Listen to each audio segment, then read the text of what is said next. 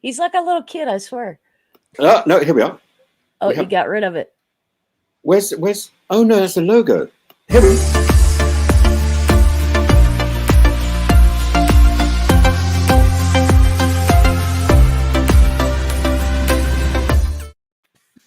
Hey, what's up, everybody? Welcome back to Reality NSFW. I'm Elaine Stott from season 39 of Survivor. As always, my sidekick, Professor Tim Wilson. And today we got two big heavy hitters in the house from the Circle UK. We got Andy in the building and Natalya. Thank you guys for coming on with us. Don't get too upset if we get a little sidetracked. I say this to everybody. We kind of go on tangents and we don't even talk about the Circle half the time. So just enjoy the ride. The Circle, by definition, is a sort of is all encompassing. So I think Circle, egg, whatever it is. So Andy, Natalya, it's so wonderful to see that you both survived. No, survived. Yeah, I'm getting both our reality TVs into one sentence there.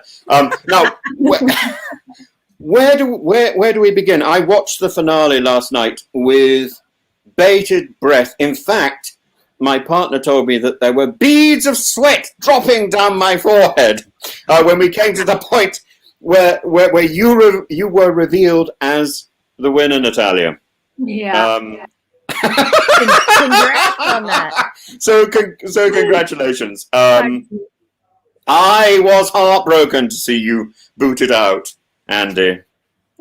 Yeah, close, wasn't it? It's close. It was really close. Though, to be honest, I thought you were going about 4 days ago. Well, I know you had a theory that I wasn't going to make it to this point. So, Yeah. By your standards, I did very, very well to make it. Yeah. Well, I have learned how to read the edit by watching this program in America, Survivor, and he's a professional now. And I must say there are times when I just think, oh my goodness, I see where this is going. And so look, I've got 5 major topics that I want to cover, and that way we might just about remain on topic. Is that okay? I doubt it. So cool. We can try. Let's go. So my first question is very simple: to catfish or not to catfish? Is catfishing intrinsically? I suppose I have to start off by asking Andy that question. So is it intrinsically what? Sorry, immoral. Is it intrinsically immoral? I think the "im" disappeared there. I think my view changed during the show. I think I went in there with quite a strong belief that it was. I think the hard thing is you cannot legislate for liking a person. Right. That's the key. And look at Natalya. Albeit she binned me in the ratings. I loved her, loved Hash. And I think they're the example of you can't fake a connection. I think when it is done purely for money, or what I believe to be slightly left of morally right, I'm not comfortable with it. But I think...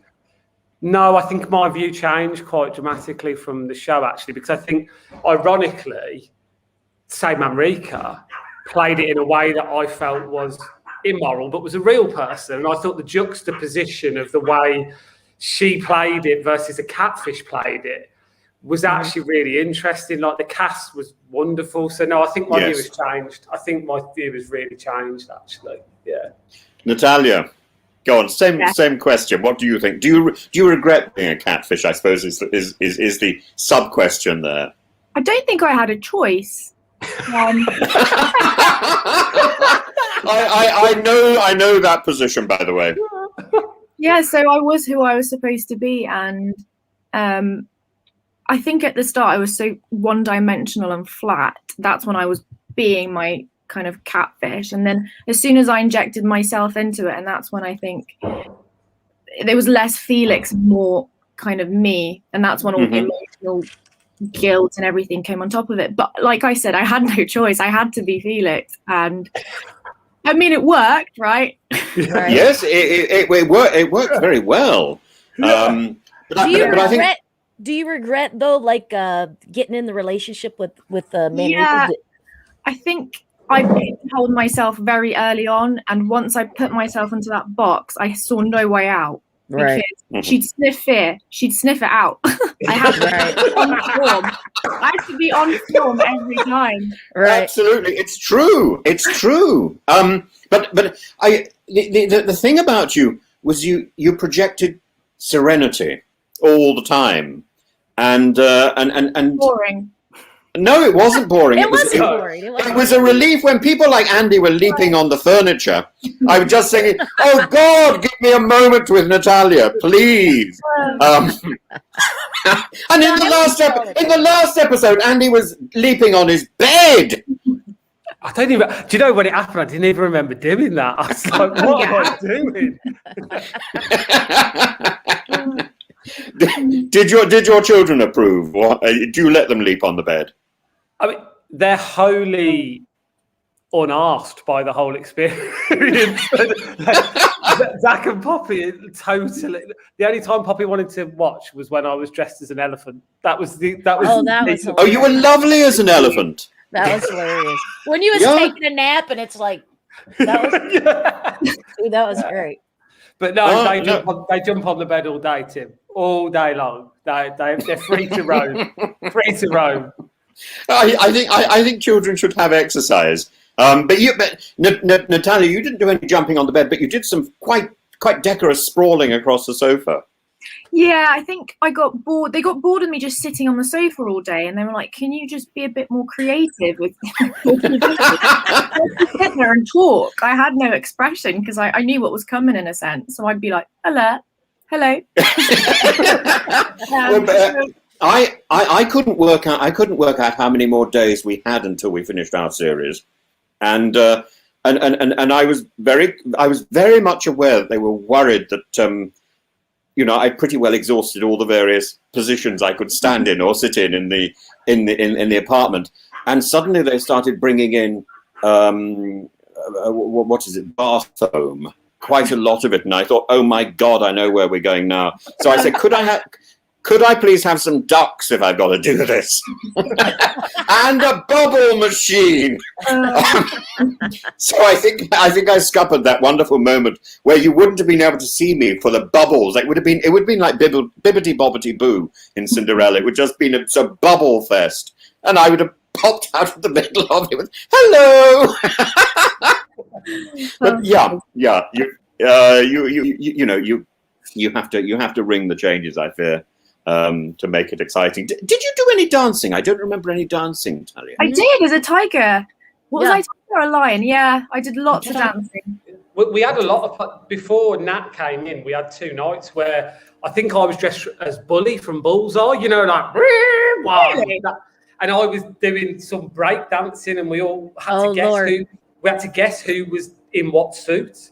But none of these things made the edit. That didn't make the edit, did it? Oh, this is where you were dancing in front of... So they did it, but they did it 2 nights. They dressed us up as animals 2 nights, but they only showed the second one. Okay. The first one was the night before Nat joined. Yeah. So you were a bull and then an elephant. Are they saying something? I think so. I think there's a subliminal message there. So yeah, we had to go through all these messages. I'm sure there's something there, but no, and that was where you were standing in front of your loo door, isn't it? Yes, and yeah, because I've heard about James was a rabbit and his ears were touching the ceiling or something. Yeah. Well, when I started to break dance, my head fell off, so they had to refilm it. No, well. Do you remember in my series when Richard Madeley was doing all the twerking and stuff? Yes. And he was represented by this little robot. Well, it looked so masculine, so they had to say beforehand, don't be distracted by the robot. It looks very masculine. And I think we all sort of took in on that. I was thinking, I loathe this person, because they'd attacked my cats. And And so all I could do was project hatred. I didn't care what he was doing. I didn't know any of the dance never moves. hateful. I do hope not. And I met him later. I got a hug from Richard and from the real Judy, which was one. She's gorgeous. Yeah. She's just that is television royalty. Yeah. Oh, that brings us on to another onto another thing, because we can't ignore it. I was going to say we can't ignore the elephant in the room, but given your previous identity, Andy. But what a segue! No. It's a completely as opposed to the tiger in the room, who of course is Manrika. Do you not love Manrika's father, by the way? Yes, she's got such a family. Isn't he so? I imagine he sent Natalya a message. He's like a really lovely guy. He sent me one. He's really lovely guy. Isn't he lovely? He sent me a message as well. I just think so. Hey, there it is. What? Did you not hear it? Well, She didn't get a maybe I've message. not seen it with all my inbox. I don't know. Let's think of that. Oh, okay. There's some hope. It might be down at the bottom. You might have to dig for it. It might be there. I was just going to say thoughts about Prince Philip. Oh, Very tragic. Isn't it? Yeah. yeah. I don't know a lot about all those people over there, but I did see that on Twitter that he had passed. So, All those you know, all our Yeah, royal family. There's a lot. well, we call it government here. Do you guys call it the same over there? Is it called government? What's it called? I don't really. It's called monarchy here. I think. It's the monarchy. I would kind of refer. Yeah, to but That's why I just said those people, because I had no idea what the hell y'all called it. But I suddenly realized today. So yesterday I dug out a blazer and a black tie, and today I suddenly realized I don't have a black armband. I'm looking like Santa, and I have no black armband. I should have a black armband. What's that for? Wait, explain that. Official mourning. We are as a country. We are now in official mourning. Yeah, because for us here, it's everywhere. It's right. And rightly so. It's such a huge part of our kind of culture and our identity that both him and the Queen have lived for so long that actually it doesn't happen in our lifetimes almost at the moment. So it's a really rare occasion, and it's just sad, isn't it? It's just really it's really sad. So your episode occurring last night was a sort of a little bit of boost to our spirits, I think, and I thought it was one of the better episodes. There was a lot crammed in there, and I think when in season 2, when we did it, the events of that last episode were split into 2 episodes, and I think the final was a little lingering, whereas yours seemed almost perfect. So can we start with the wonderful and delightful Shabazz, because I was terribly sorry. I was terribly sorry that Andy, Natalya, how could you possibly have thought that Shabazz was Pippa and Joey? How did you get that wrong? We were responsible.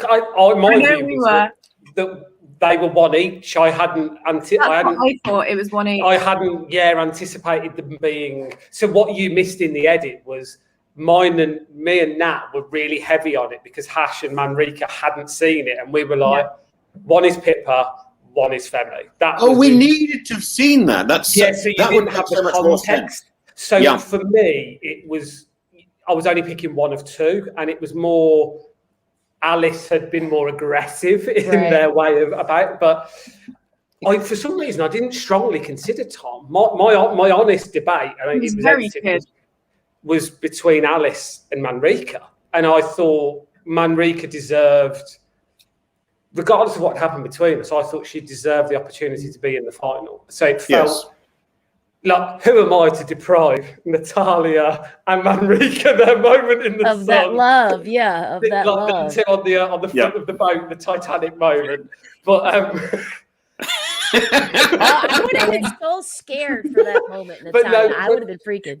Because we were so hell bent on it, and I felt that we'd got really good camaraderie between like the kind of the longer staying players. That Shabazz was, and when I met him, he was in a state of it was shaking, he was pacing, and it was lovely to meet him. But I thought they'd capture my shock because I was expecting Pippa, and because when I walk in, snakes in heel boots and everything, so I thought we got it right. Yeah. And then Shabazz turned, and I was like, "This is like, what I was ready for." Right. But I didn't pick up your shock there. What I picked up was the incredible warmth of your meeting. So you must have had more conversations than we saw. Yeah, so there was probably about 10 seconds of pause where I was just shocked because I was certain we had it correct. Yeah. And then I just felt huge empathy because it was like, we've got this wrong. But then once we'd had the conversation and it was clear, because he said to me, why? And I just said, you were so antagonistic. It left us with no choice. And I think because like I've really had a strong connection with Felix. Yes. And Felix was getting lumps taken out of him and I couldn't rationalise it. And then it became very clear, Shabazz's opinion of Felix was so low at the time. Yeah. And I was defending Felix vehemently. And so it was a really nice meet because it was there was sincerity because I felt real responsibility because really me and Nat, I think we were the ones that led the kind of, not the charge of let's set them up, but certainly that we thought it was Pippa and Femi. Yeah. But he never disagreed when I asked him, "Are you Pippa?" I think he was so shocked he just kind of played along. So I was just Pippa.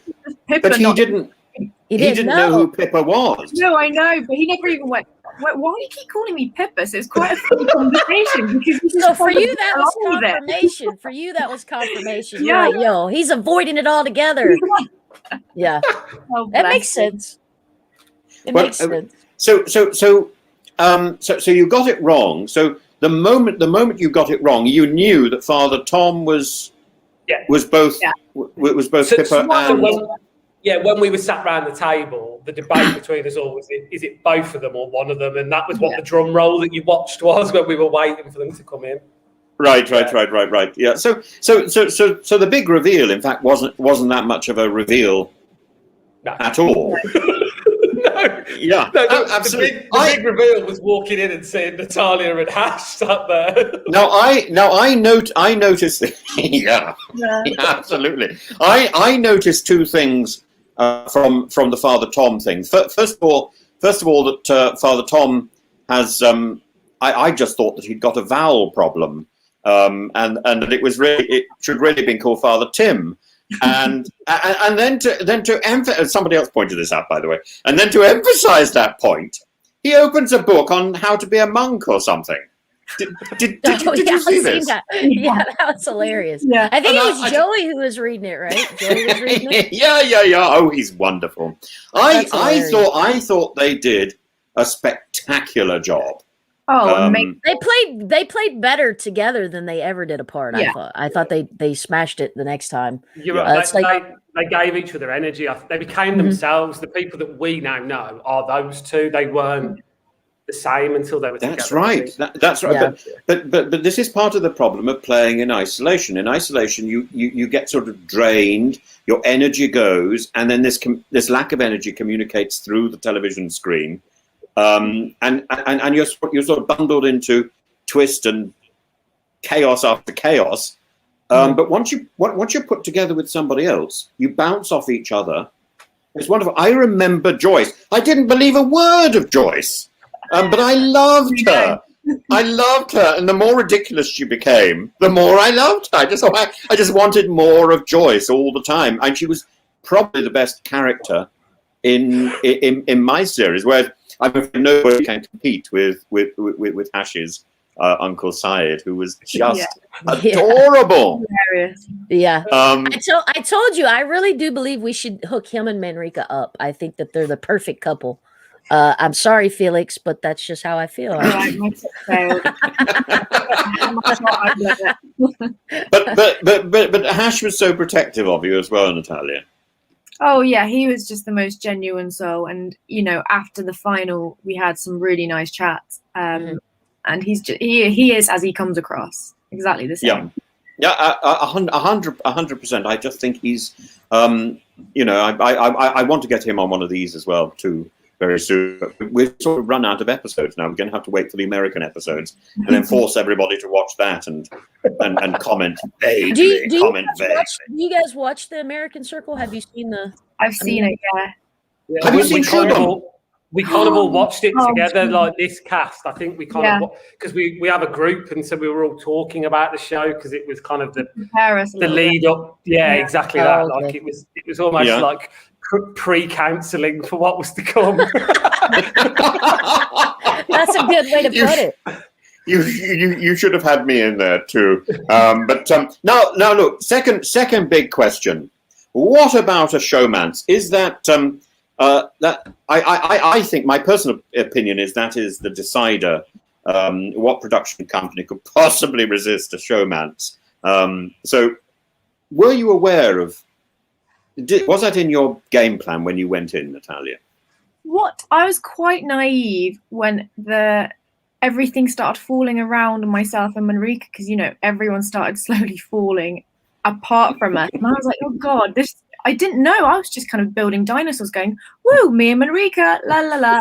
And like the circle was burning around us and everyone was because of our romance. And I think anyone that got in the way of that was kind of gone, unfortunately. Right. Only towards the very end that it kind of clicked. I was like, oh no, I'm the big catfish reveal. I'm afraid so. At the end, I was like, oh.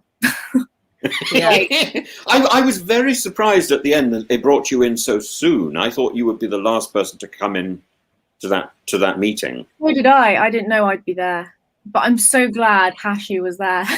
Oh God, absolutely. In my head, I had that scene played with probably you in there first. Yeah. Either at the start or at the very end. And that would have been terrifying. I think it would have been very difficult to watch. Yeah. I don't know how you went through it to begin with, because I was freaking out for you. Just the entire show. The entire show, I was freaking out. I was like, oh my god, this is going to be terrible. In the end, Manrika done fell in love, and you going to have to break it to her. It's like, yo, I was so nervous for you. Well, Natalya, you looked pretty nervous that evening anyway.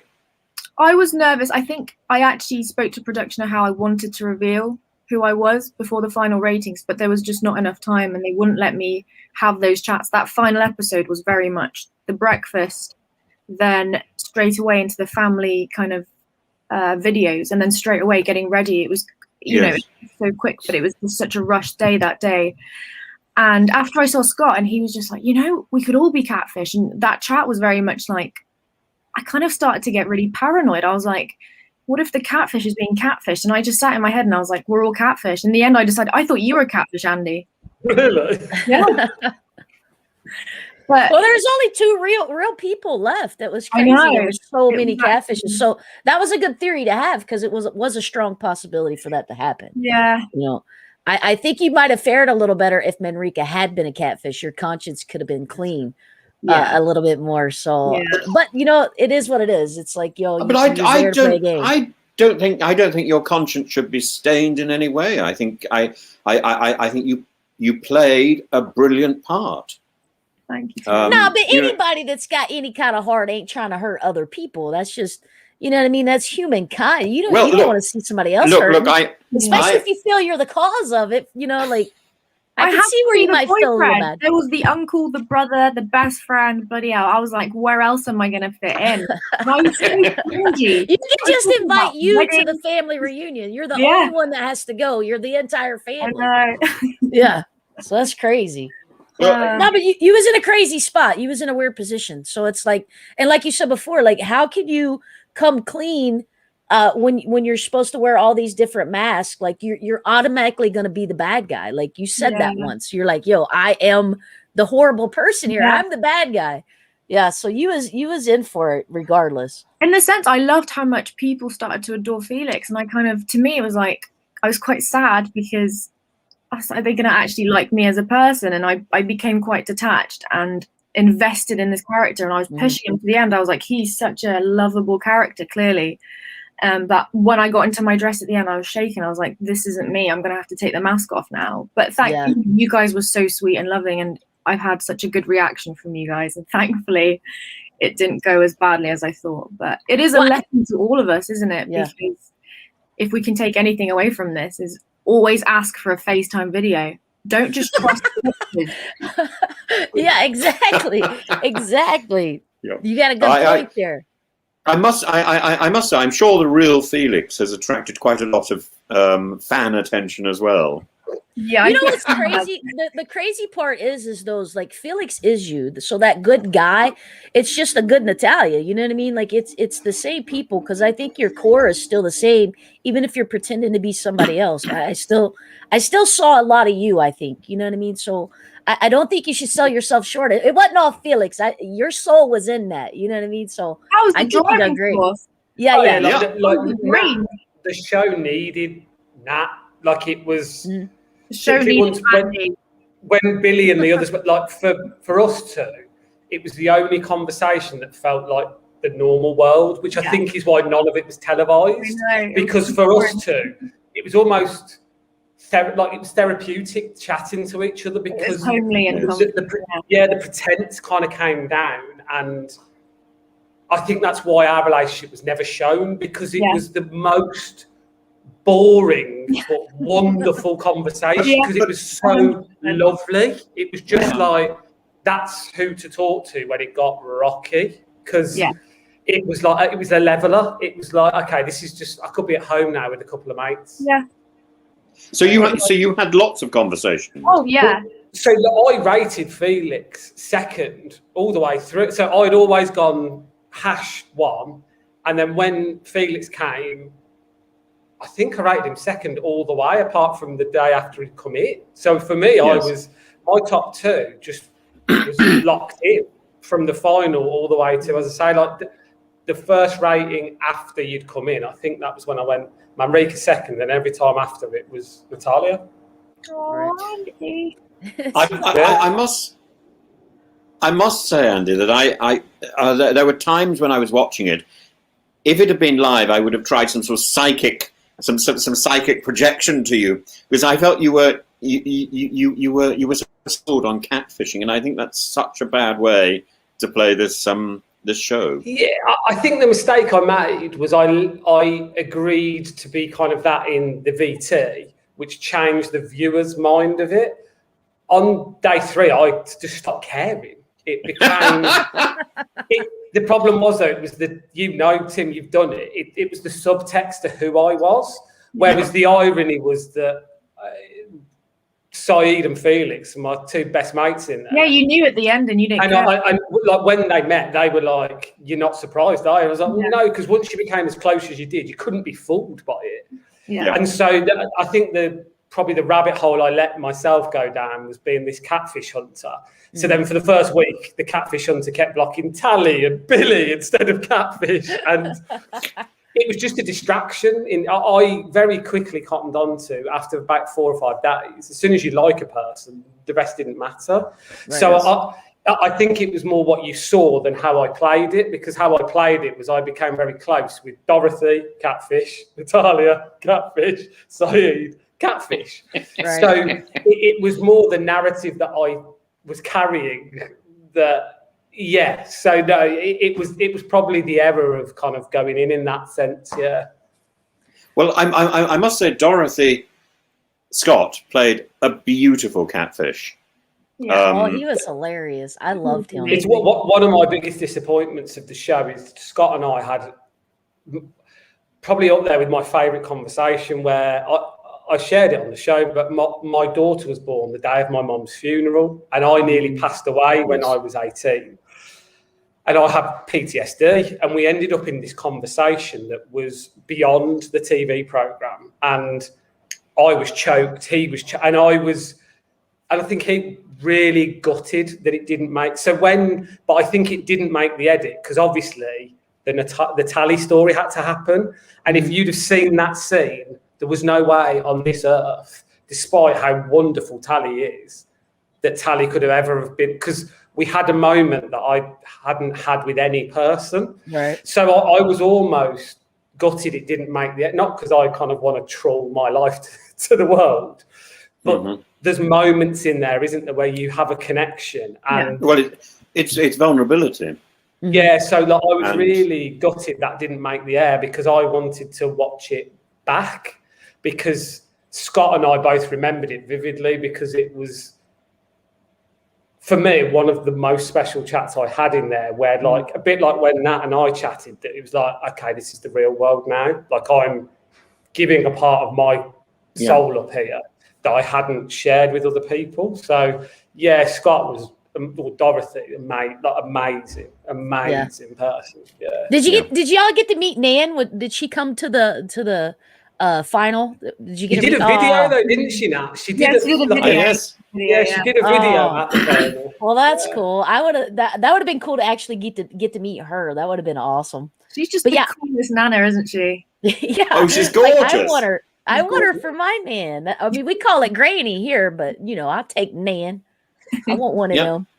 And so, can we go back to the home videos for a moment? Oh yeah, please, because I just thought, what gorgeous families you have. And I want to detour, because one of the things I think which is so nice about catfishing, and you're going to find this so shocking, me saying this, Andy, so nice about catfishing, I have to repeat this, so nice about catfishing is that this is, to me, like sort of the perfect form of acting, providing you're safe. And when I was last in Russia, and I was living, I can't remember what the name of the street is. It's really famous. It's got a statue of Prokofiev at one end and Chekhov at the other, and the Moscow Arts Theatre in the middle. Yes. Yeah. Anyway, the point is, this is where Stanislavski comes from. We were waiting for sorry. But this is where Stanislavski comes from, and if you go to a modern sort of drama school, you are expected to sort of assume a character and keep it, and you were doing it. You were doing it for a month, and it's really tough. And Hash simply excelled in it. It was, if anybody should be given a scholarship to RADA, I think it is Hash immediately. We ought to see if this can happen, because it was spectacular. And Dorothy was really very good, but he didn't have that. One of the things he didn't have was he was always trying to explain what he was doing. And I felt in the explanations, Natalya, you were sensational. You were just so relaxed about it. And I thought, there's the character, and there's you commenting. Yeah, and I just felt so comforted. It was like seeing an actor and seeing the director at the same time. It was blissful. So anyway, but back to the home videos. Really emotional, and really lovely, and lovely to see your mother, and lovely that they subtitled. I was terrified. I love subtitles. You did those. It wasn't me. Did they get it right? Do you think? Yeah, to be fair, I didn't watch it properly because my Wi-Fi glitched yesterday. But from what I saw, it was correct. My Russian isn't as good enough as that I can actually follow whole conversations anymore. Did you understand what she was saying? Whenever anybody uses the word like "I love you," I know this very easily. But yeah, phrases of Russian remain. I don't think I can construct whole sentences with any confidence. And I was always terrified in Russia of trying to lecture in Russian, because it's such a complicated language.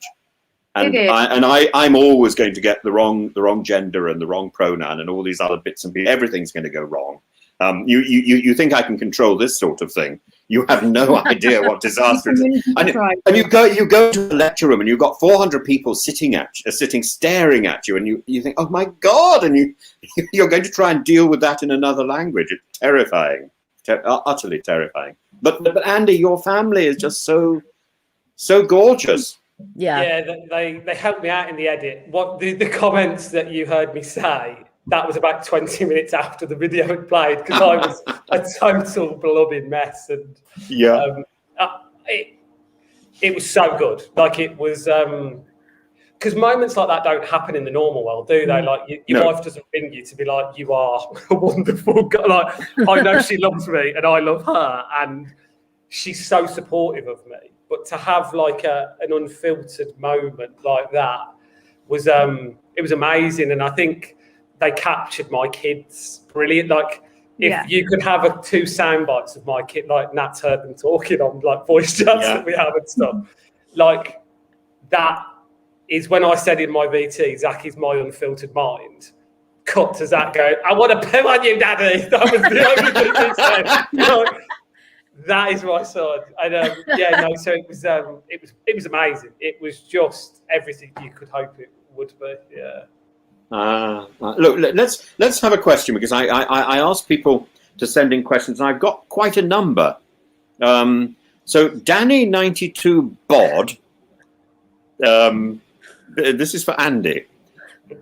Can he be your friend? He is. I'll send you the link later. He is. So he's talking about you, and he's saying he is sound, and his genuine nature is true friend material. All right, I think that's it. That's it. Actually, there isn't a question. There isn't a question. I'll take that statement. Can he be your friend? So there we are. So, now I've got a question. Now I've got a question for you both. Stuff. I feel like she's getting the hard-hitting stuff, and Andy's getting off easy. I got a question for you both, and it could be applied to me too. So I will be mute, okay? Though I do have a follow-up question of my own for you. So this is from Sherry Abel, Sherry Abel. I presume it's Sherry Abel. I do like a little tipple every so often. Now, how do meal times work? Did anyone cook in the... No, this person says, how did meal times work? This is subsequent. How did meal times work, Natalya? Come on. Dish the dirt. Did you eat? Yes, I ate out of the pan. They've washed that cucumber. Yeah, I remember the cucumber. I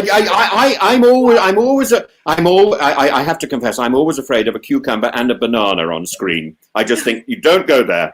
But I thought it was very brave of you to tackle a cucumber. Oh, no. He's being naughty. That's how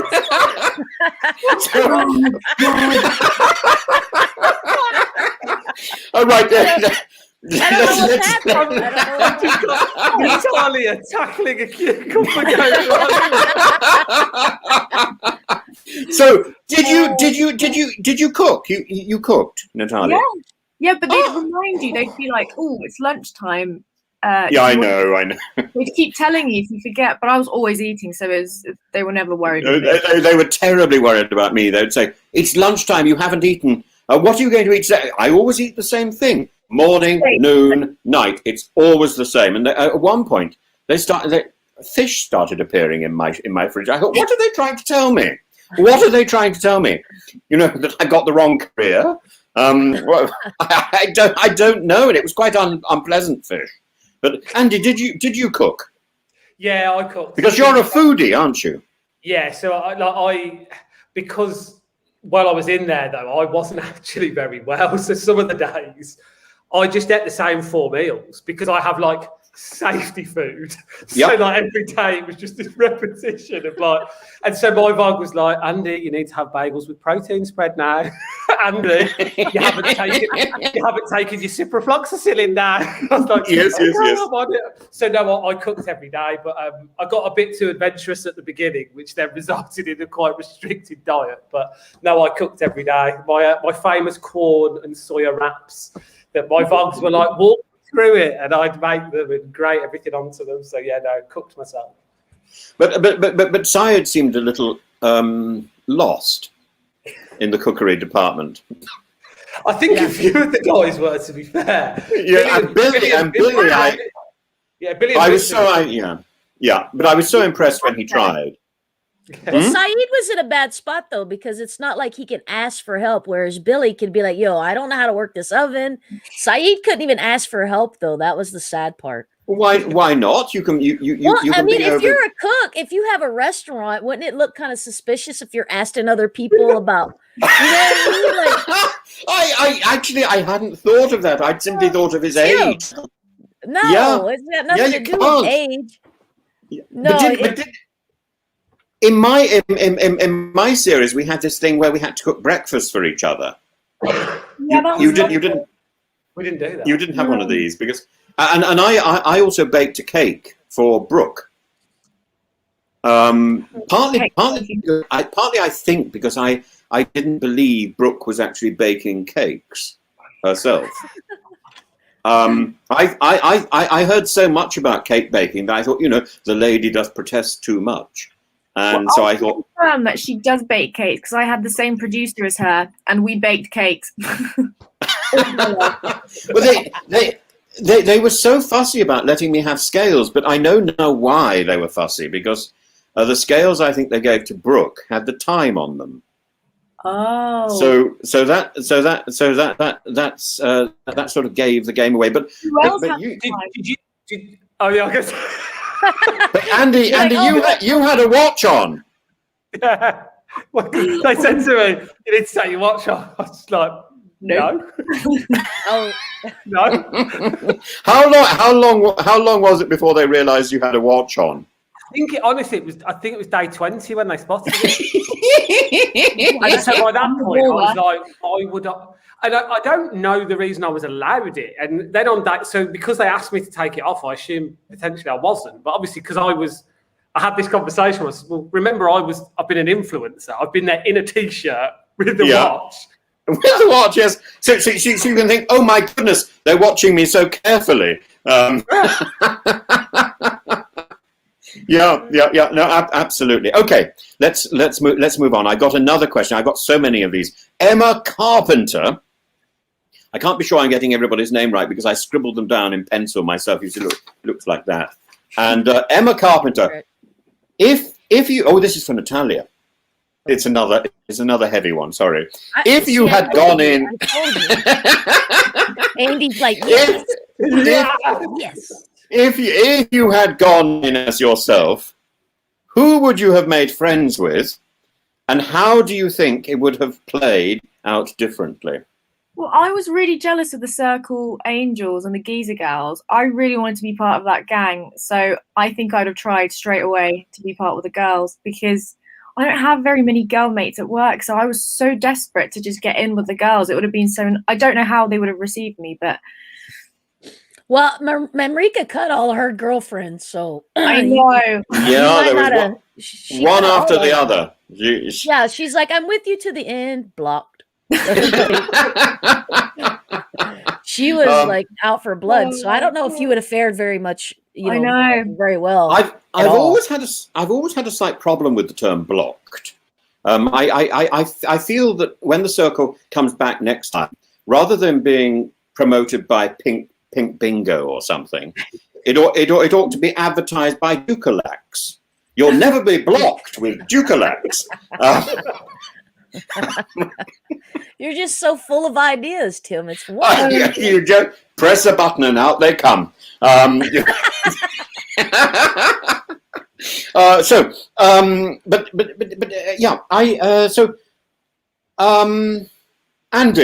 if you had been a catfish, who would you have been? Is that even possible? It must be possible, because they would have asked you if you would catfish, and you would have said yes at some point, I'm sure, because they pushed me to be a catfish. No, it was never a conversation. We never Andy, how? ever. How? It was literally, they never said once, would you? It was. They just never and to the point where I was almost so naive going on the show that I was like, oh shit, yeah, there's catfish, because it just never came up in the conversation. But if I did it, who would I have played? I think I'd have picked someone that you know. I think picking someone you know is kind of key. Like I'd have gone for a really I'd have gone obscure. I'd have gone for a retired footballer. Oh, that would be very good. George Best. No, actually, he's more than retired, isn't he? He's Yep. Whoops. Careful of that one. My birth uncle used to make suits for him, apparently.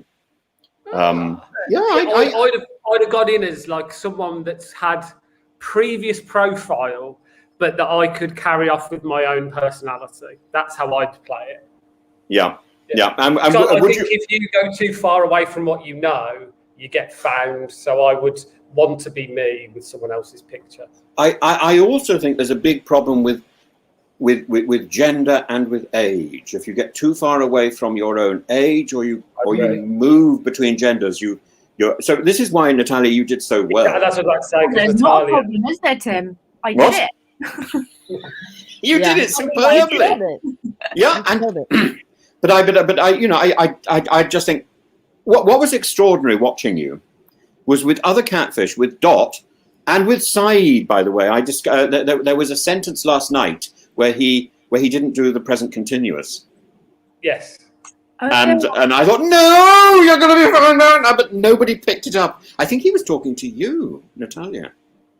I don't remember. It was in that group chat. Yeah, and it was just, I think he was talking about the family visit.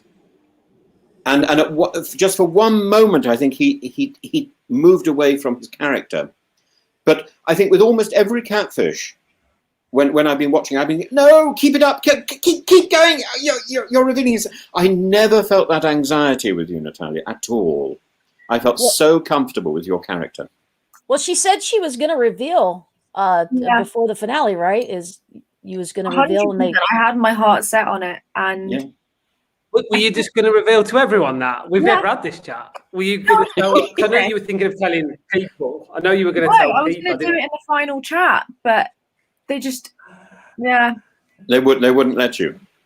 They wouldn't, and I had a big chat with them the night before. It's not that they wouldn't let me. I think they kept. It was just such a busy schedule, and I don't think it would have worked for the final, especially with everything we went through. They kind of.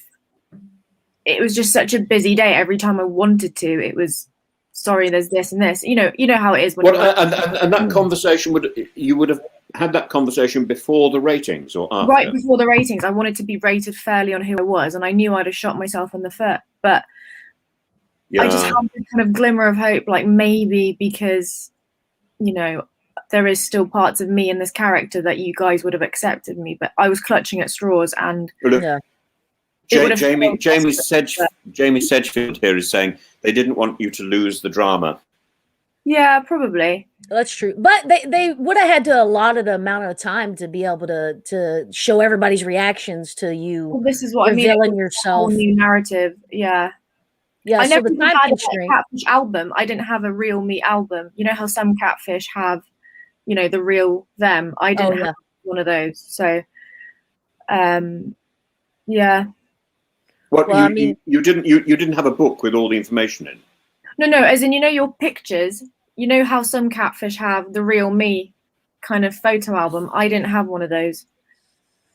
I don't know what you mean. In the American series where the lady was a different lady in it. I can't quite remember, and then she revealed who she actually was. So you didn't have that option actually. She didn't have her own pick. Yeah, I don't know if we do that, but it must be an option to have. I don't know. Well, because in a sense, that's what Paddy did, isn't it? In my series. Yeah. So that option to reveal more about himself was already there. I don't know. I have to ask some of the other people whether or not they had. I have to ask James whether or not he had a file to reveal himself as not being Sammy and Charlie. I knew so early on. It was extraordinary. Really? And you must. I knew almost on day one. Yeah. Oh. And I knew about Jay. I didn't know who Jay was until about 2 days before I had a conversation with him, which was the only conversation I had. But by that point, I knew absolutely that it was Katie. And that was the best conversation, how they kind of showed your chats. It was amazing. The reason I was laughing was because I could see in my mind how they would edit it. And it was just it wasn't possible to edit it any other way. And you know, and that's how it went down. Let's have another question. So, Circle Family. Oh, it's a person who's asked this. Of course, Circle Fam, I think, or Circle Fan. I think I've had a problem with the middle of the alphabet. Right. How have you felt about all the fan response and interaction, and how have you managed to block out the hate? Oh, it gets a bit dark. Sorry. That's a good question, though. Yeah, go on. Either one of you. For me, it's been at the start. It wasn't very pleasant, but you just have to not look. And I know it's hard not to kind of indulge in it, but as long as you understand that these people are normally reacting to something that perhaps triggers them or is something that's probably painful to them, and it's not towards you, it's towards this character that you're playing, you have to just keep that in mind every time you watch a TV show. And you know, the gap between thinking it and then writing it out on a public forum is very important, and you need to have that kind of stopgap before you think, you know, if this person would see what I'm writing. But I don't know if people become such diehard fans, and I didn't realize things like this existed till I did a TV show. And like, you know, people get so invested in characters that they seem to think that, you know, they kind of own you in a sense, and they can narrate your story for you. And it was quite scary at one point. But, you know, for me, positive, it's been more of a positive experience. But I know, you know, Manrika's had some horrendous abuse, and I don't really know how you deal with that. How people can afford to go that far. I think there should be things in place, but how do you know, police the internet? It's such a...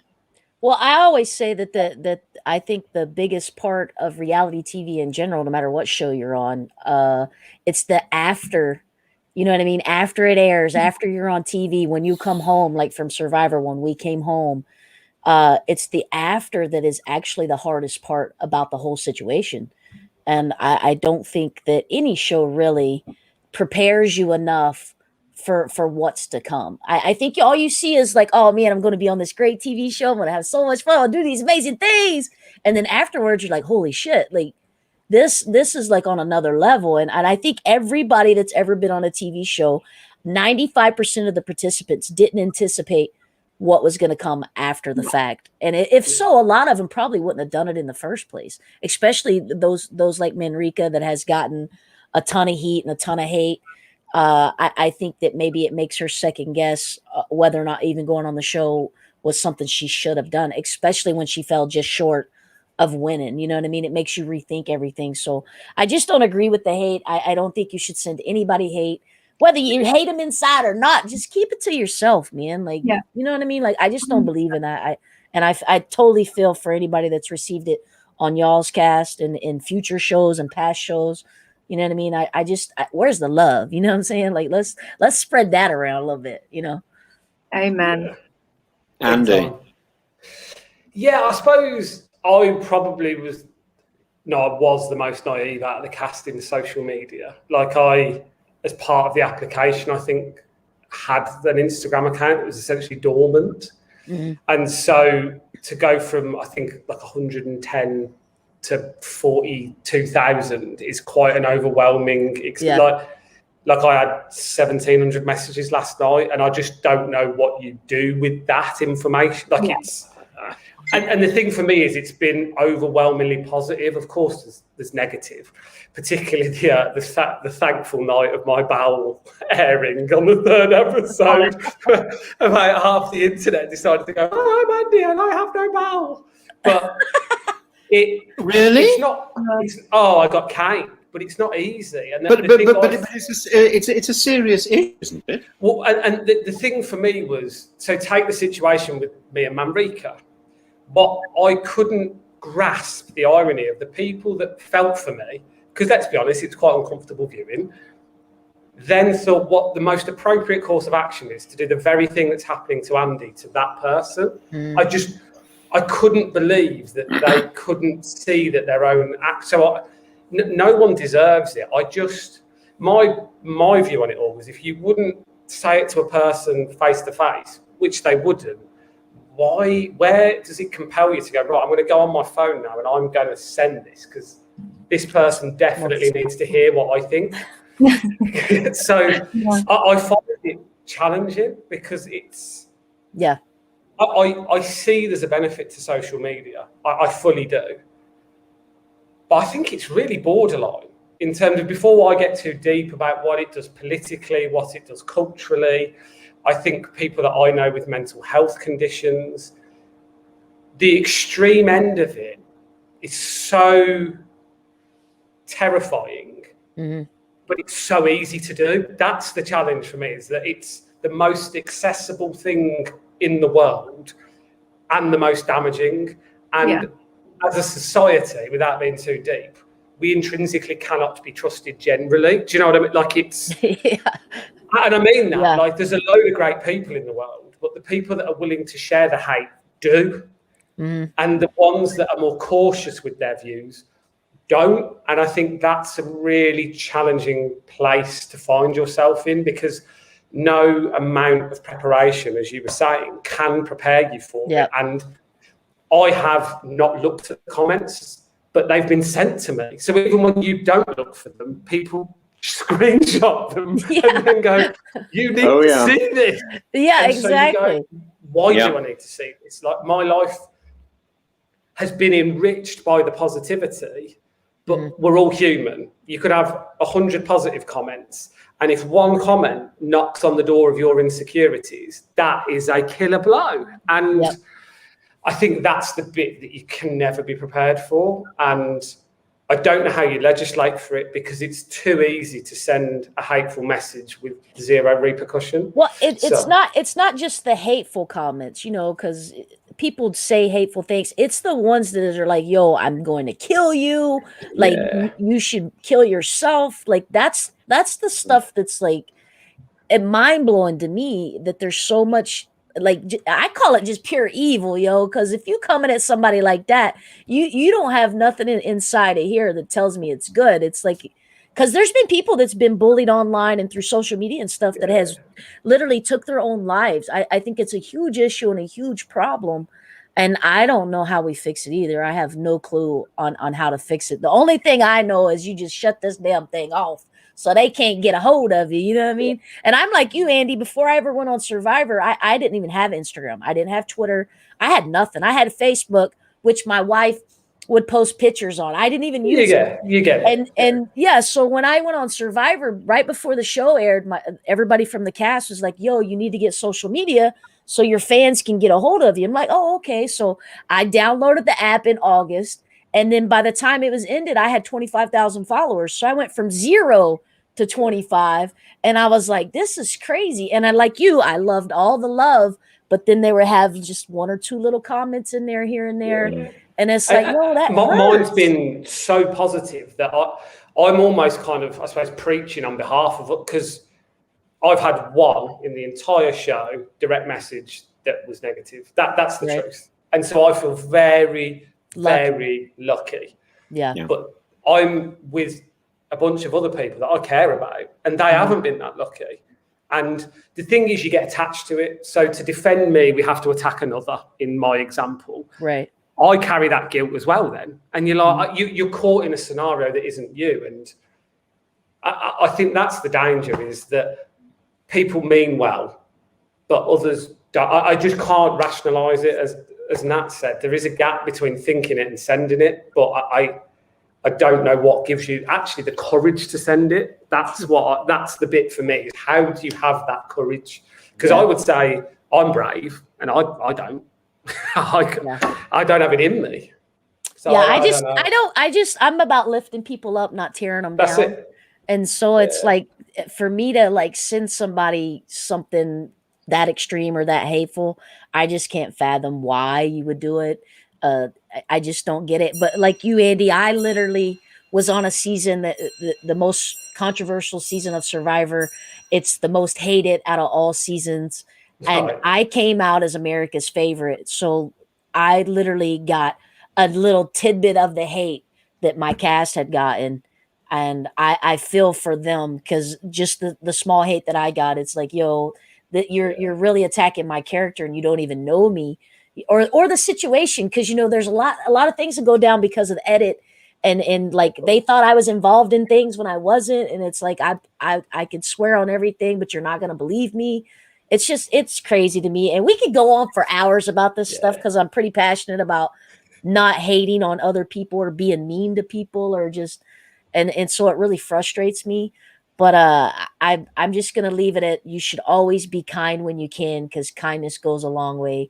And you'd be surprised on how many people don't follow that simple little rule, you know what I mean, that I try to instill in everybody around me.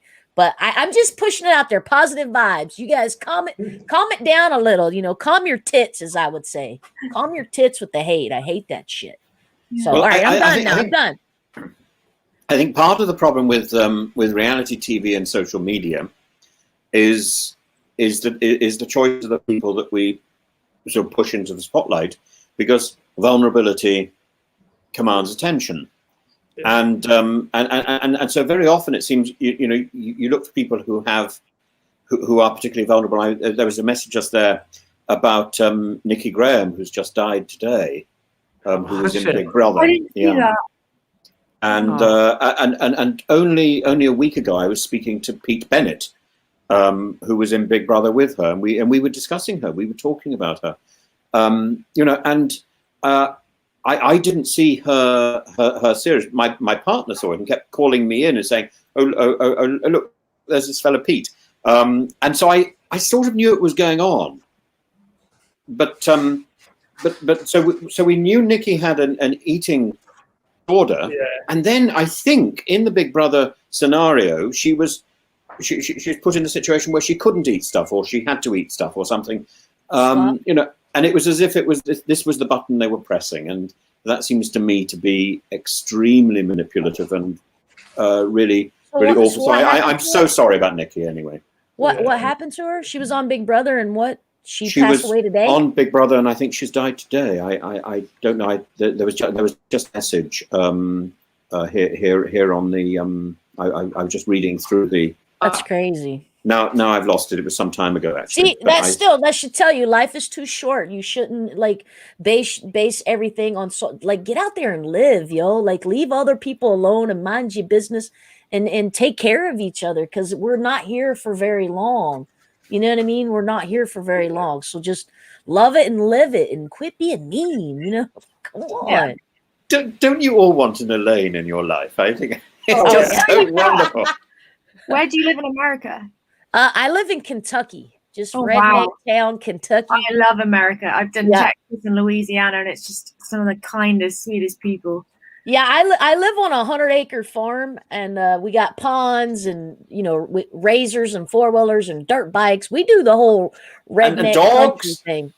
Yeah, I'm down to 4 or 5 dogs now. I had about 16. I'm down to 4 or 5. Wow. But yeah, we just out here living the best life, minding our own business, just trying to spread love and positivity and stay away from that hate, But hey, listen, if either one of you are ever in the States, Tim, this goes for you too. I invited you before. I'm looking forward to it. Any of you guys ever want to come to Kentucky, you can literally holler at me. I will come meet you. We will bring you out to the sticks and show you a redneck good time. I tell you. The big portion sizes, the American food.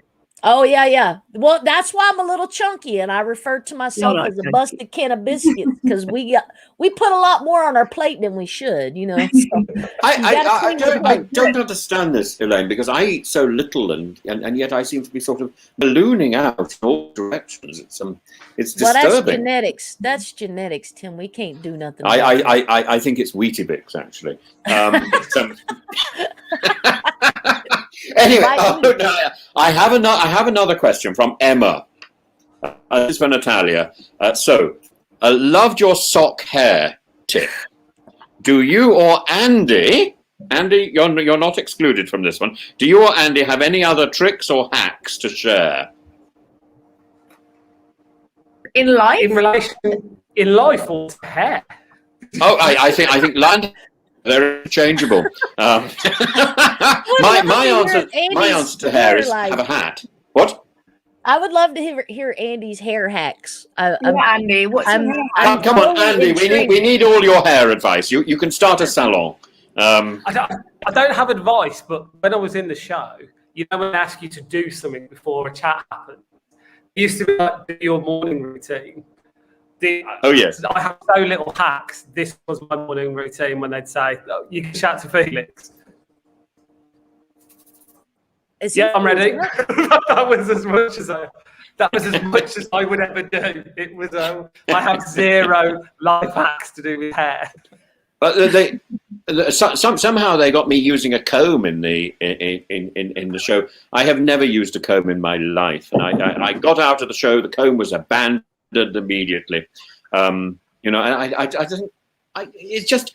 Did you comb your beard with it? Did you? No. I mean, I would have done that. That would have been one too far, really. I think I parted the hair in the middle, and I left it that. Oh, what is this? Ah, yes. I was waiting for you to do this. I was waiting for this. The socks.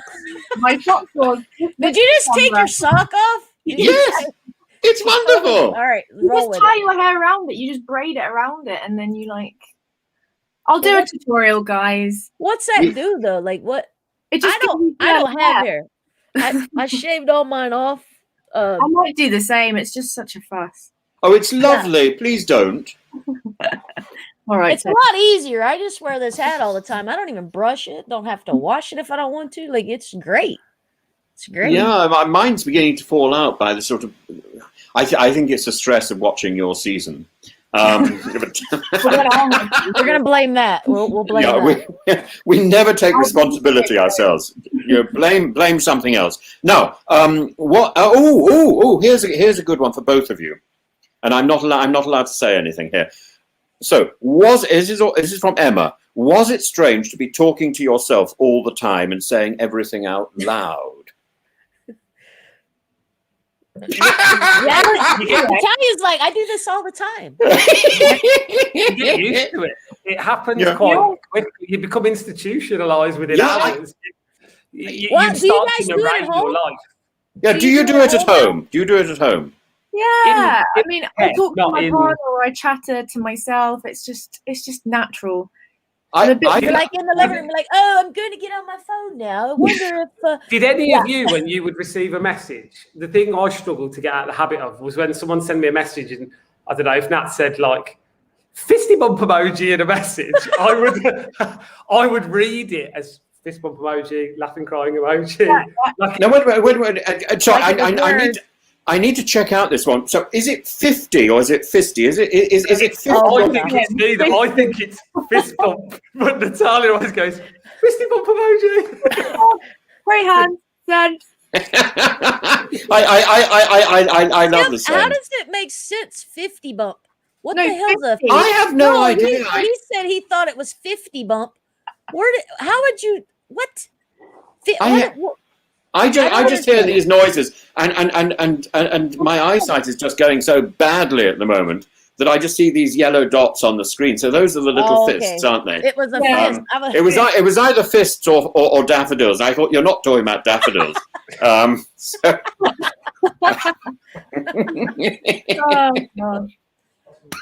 Now, one last question.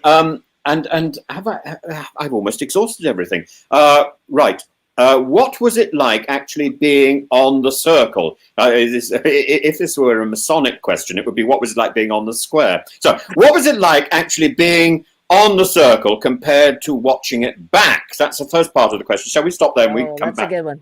That's Okay. good. What was it like watching yourself? No, wait. Yes. Do you want me to answer? Yeah, Andy, come on. I think it's easier to play than it is to watch, would be my personal view. You still have the emotions when you watch it. You remember the feelings. Oh, look at the dog. Sorry. But it's far easier to play than it is to watch. But it's a unique experience because it's what you see is very little. So it's not very much like how it is to play the game. I think there is a real difference between the two, but both are enthralling. I would say it's a unique experience to kind of, because we had total isolation, because I believe it was slightly different before, but because of COVID, we had no human. So that was, other than going to the roof, it was quite a joyous experience at the beginning, and then the real isolation for me was like, wow, time is passing slowly now at this point. So no, going on it was brilliant. It was a great experience, but very different. I watched it as though it was Andy from the circle, not me, because I was watching something that felt not alien. I was there. I know what happens. I know how the story ends, but the context is different. And so once I got out of watching myself, which took about 3 or 4 days, I found it way more palatable to watch, would be my personal view. Did you have moments though where you were like total cringy, like, oh my God, I can't believe I've done that? Because I did when I played Survivor. Some of the things I said or whatever, I was like, what are you thinking? Like, what's wrong with you? Did you have those moments? Do you want that now? I mean, oh my God. Yeah. With your girlfriend? All your chats, right? Oh, well, yeah, I could see where you would be like, oh my God, I can't believe that was some tough stuff to watch in times. And I'm not even used, so I can't imagine your cringe level was probably through the roof.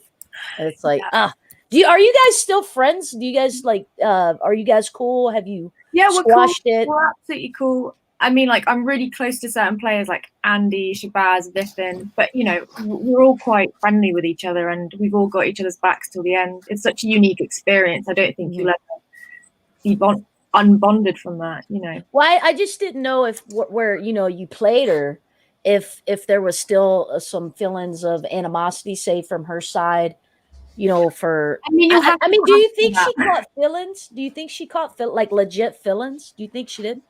I think when I was in the game, I thought so, but watching it back, it was always towing the line for me. I think it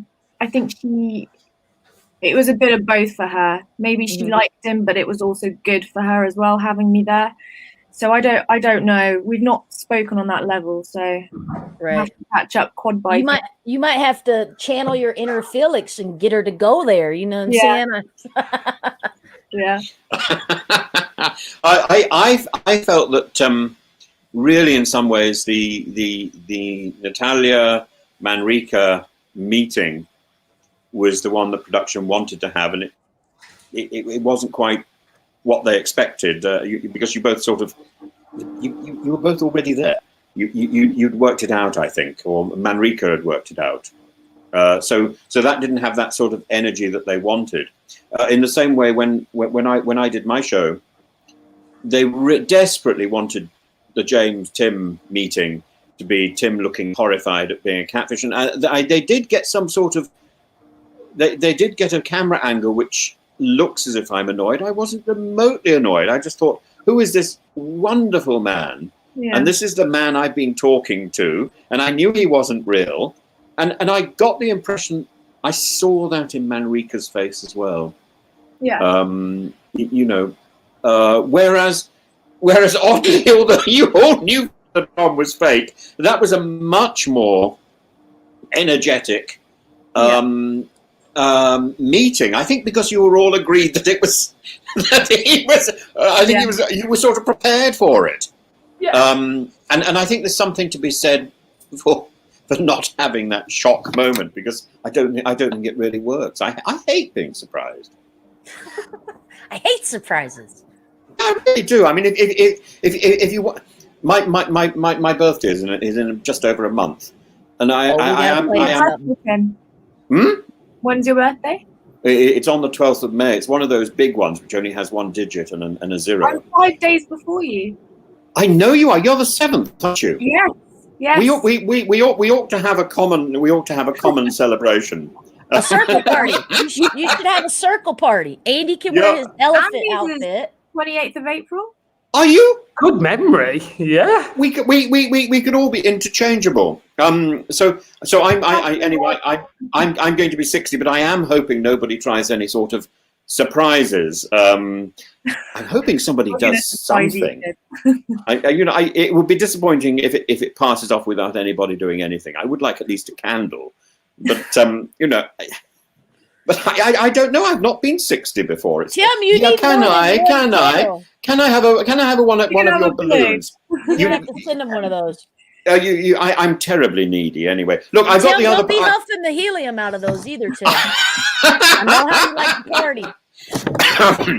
I might produce my own. Now, where the end of the second thing, was there anything that felt very different, either from the show's editing or from your own hindsight? Natalya can answer this. In the sense that when I was actually on the show, I absolutely loved it at the start because it was so organically away from social media, away from distractions. I read so many books, I created so many. It was just wonderful. It was, my producers were really lovely, and we baked cakes and we spoke and we laughed, and it was only when I was acting in front of the camera or having chats that I was slightly more on edge. But the rest of the time was really quite relaxed for me, and time flew by because I just kept myself busy. But watching it back, it just looks a little bit different. But I guess that's the story arcs and how they want us to be in a way. So it is weird. Like Andy said, it's like watching your character. It's not watching yourself. You're just watching someone acting you out. So it's quite bizarre.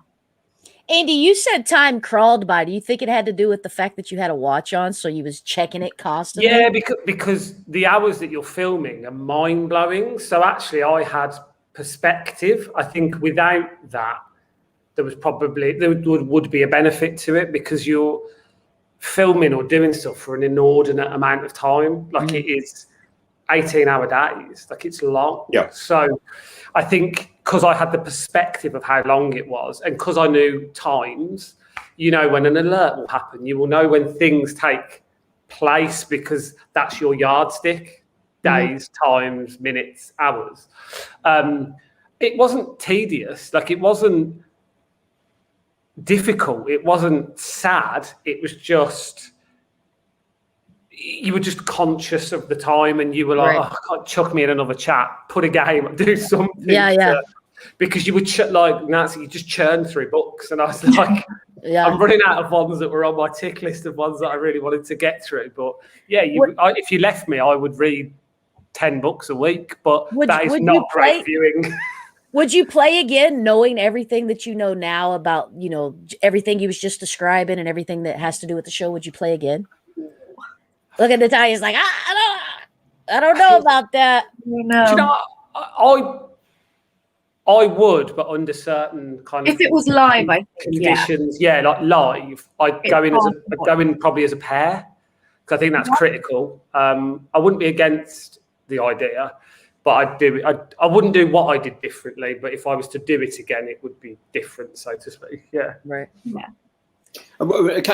Sorry, there's one question I had which is left over, and then we have to probably stop, which is Gemma James, Andy. Yeah. I don't think I need to do any more. I don't need to articulate the question, just a pile of names throw at you. I think that kind of emphasised my earlier point about you don't care so much about the catfish, despite the narrative. That's why I was like, are you catfishing me? It was very casual to me, as like I was desperate for James to become, like our conversation was about 90 minutes, I think. Yes. That chat that you see with me in the gym, the irony as well that I was put in the gym. I thought that was very clever. Very good, isn't it? Really, that's nice. But it was lovely because the thing I was, because for those that know what Gladiators was, it ended up with just me and him hashtagging like a Woga, you will go on my first whistle, and because you were a great fan as a child, weren't you? I went like that was our treat as a kid. Like we were like doom, doom, doom, and another one bites the dust. So I thought it was so funny. I was actually lifting the barbell at the time. I fell backwards. I was, when I went piss off, and then I went Hawoga, I fell over. I was in pieces, and it was for me then when we did games that afternoon. I kept trying to give a little nod to like hunting, and so no, I thought it was great, and I was so that was also why I had no intention, which you didn't see. I committed to James that I wasn't going to share it with the cast. I was like, this is for us, because I really wanted him to come out as him, because I thought the way he'd been put in the assassin game, his best chance of survival was as him. Because that storyline had buried him. It was over. Utterly. And you could feel James scrambling, and actually beneath the surface was a really decent guy, but he was clawing at how he survived. And I felt for Gemma at the time, because you could feel them clinging on to the show, and the things they were saying were so out of character that you were like, it wasn't cruel, it wasn't like that, but you were watching a character kind of crumble, and I think all of us in the show could feel what was coming. So I was almost wanting him to go on his terms, which I think that conversation with me was his realisation of this is over, and the person who I get on the best with, or whatever it might be, is the person that I'm going to kind of reveal my truth to, because James, Gemma and Saeed were the two people at the beginning that they were most of my chats. That was where 90% of my relationships were built between those two at the beginning. So I loved it. I thought it was I was gutted you didn't see. I viewed that conversation as looking two-dimensional when it was three-dimensional, but I understand for the narrative why it wasn't. But there was a whole lot of... So when James said on the screen that he was choked, it's because it was a really nice moment. It wasn't someone aggressively going, you need to leave then. It was someone going like, okay, I've got you. All I wanted to know was the truth, because we get on. That's all I needed to know. The rest is superfluous to me. Like, it's a TV show and I accept that. But we get on, so I'd just like to know what's happening, because you keep doing things that seem very out of character. So that explained his behaviour, and so it was really easy. So when I did the blocking with Manrika, I said, because production were like, surely you're going to use this. This is like gold. And I was like, nope, if she wants to block, that's the direction we'll go in, but I'm not going to take it there with his information. So I knew I had to come clean the following day, because Manrika, I knew, I just knew, once you be on the show, you knew he was going to be sent there. So Yes, I thought that was a bit cruel, actually. But, so I knew that he'd tell her, because it would be logical. He'd go, well, I'm gone because Andy knew. So I knew she'd be like, well, why didn't he tell me? So I was like, because of the way I was playing it, I was like, well, it's only right to tell the guys that I knew. But I wanted to use the information when it wasn't of power. It was totally neutral at that point. So that felt like the best moment to kind of reveal that, I suppose. In the edit that we saw, of course, it weakens your position, actually. Yes, of course. Yeah, no, it did. Whereas at the time, it felt empowering. It felt right. You've got to remember at that point, this is where mine and Manrika's relationship as well is good, but you can feel the turn was starting to happen. So I knew it was going to end up. Felix's fault. So I knew it was coming. So I was like, I need to tell people, because it was on my terms rather than Manrika's. But it was a lose-lose situation, because sticking it in a group chat, people would have been like, who's this guy to tell us? So it felt like I'd got to get the information out before Manrika outed it.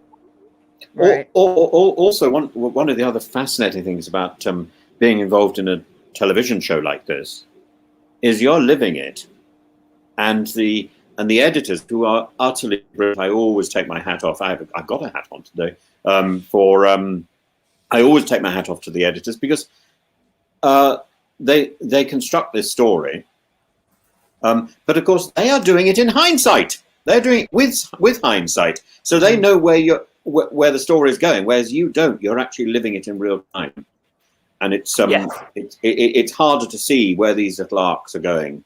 So it is a tough call.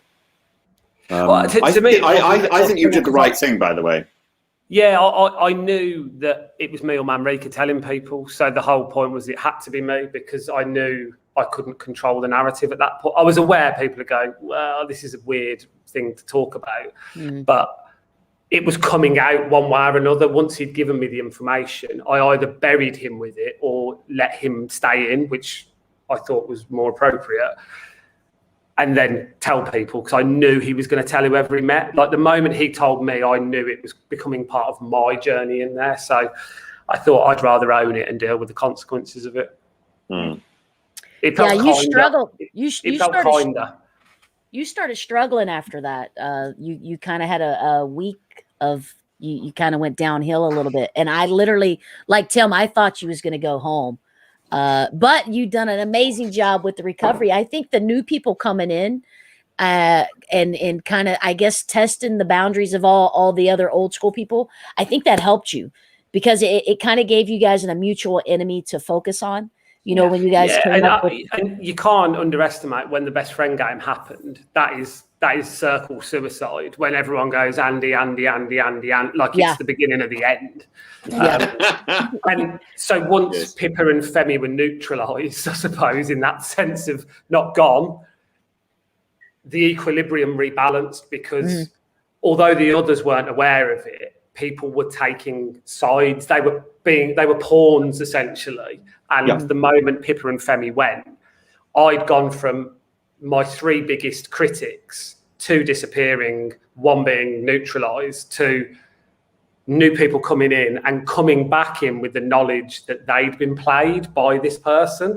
So my ratings were only ever going to go back up then because the truth will out, I suppose, is the reality. And so Tim and I had a conversation. All I was like trying to do was stay in the game long enough that it would I'd never thought I'd finish as the super influencer, but I thought if you survive 7th, something's got to be going in your favour, which I obviously had Nat and Scott to thank for that.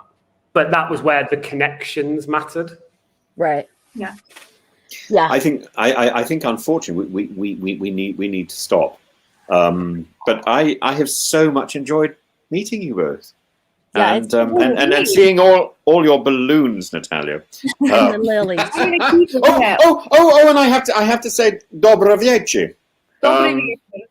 Yeah, there we are. You see. What is that? What's that? Is that good Doberman evening. picture? Doberman picture. Did I get it right? Yes. Dobry wieczór. Yeah. That's so cool.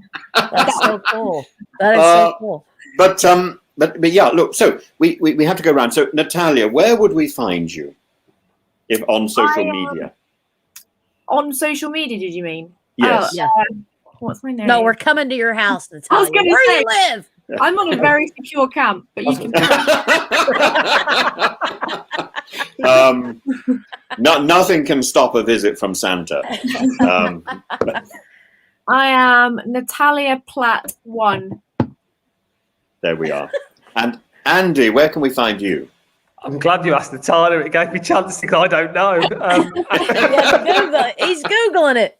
It took me weeks to work this one out, by the way. Well, that's why I just put it in my chat or in my Andy Smith, all one thing, _2 beans. There we are. And Elaine, where can we find you? Well, mine, as you can see, is where my name is. That's very clever.